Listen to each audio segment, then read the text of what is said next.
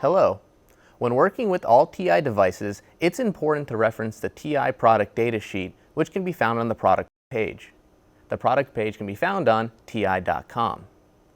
For additional troubleshooting information, please refer to ti.com/troubleshooting. When debugging potential output errors from an ADC, it can be a difficult task. In today's demonstration, we're going to cover an op-amp specification known as output swing. Measuring this specification can help you identify the root cause of the ADC anomaly. Before we begin, let's cover some additional training collateral that TI has on ti.com. Some of the prerequisites that are important to reference are TI Precision Lab courses, such as output and input limitations. In addition, TI provides free simulation software known as Tina TI. This software can be downloaded for free on ti.com/Tina TI. Now that we've covered op-amp prerequisites, let's talk about op-amp test loops. The op-amp test loop we'll be covering is the false summing junction. The majority of DC datasheet parameters can be measured utilizing the false summing junction circuit shown on the screen. The majority of DC parameters can be measured with just the use of 4 resistors in the circuit. Some of the op-amp specifications to call out for this demonstration are VOS, which is defined as the differential input voltage required to force the output to mid-supply, and output swing. Output swing can be measured by forcing the output voltage near the positive or negative supply by applying a voltage to the VOC pin denoted in the schematic in the slide. Now that we've covered op-amp test loops, let's get into more detail about this specification called output swing. The first and a very important thing to mention before discussing output swing in detail is that output swing is not the same as offset voltage of an amplifier.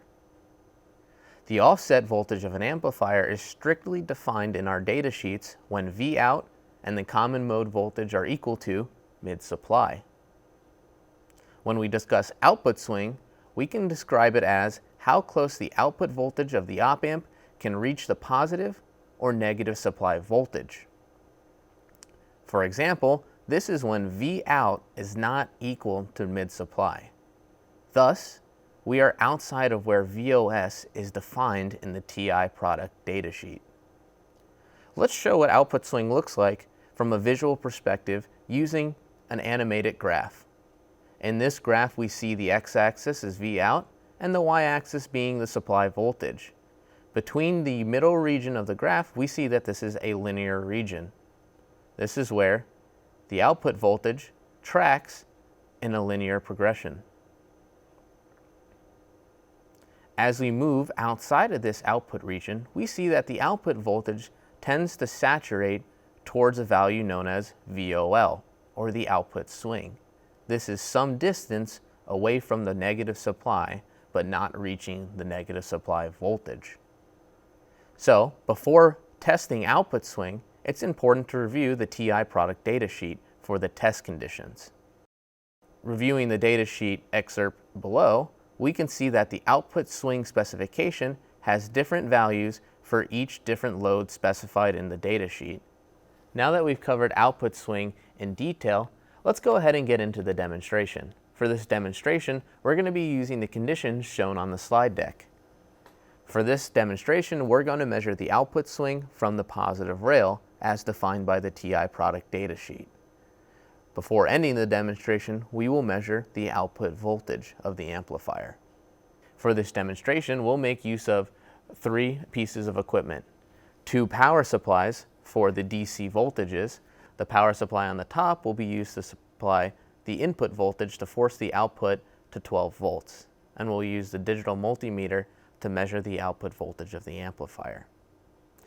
We've recreated the false summing junction circuit utilizing a universal prototyping board, otherwise known as a universal breadboard.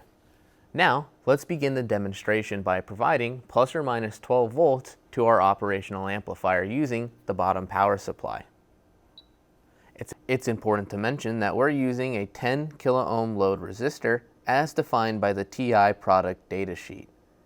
The digital multimeter is measuring the output swing voltage on the white wire shown here.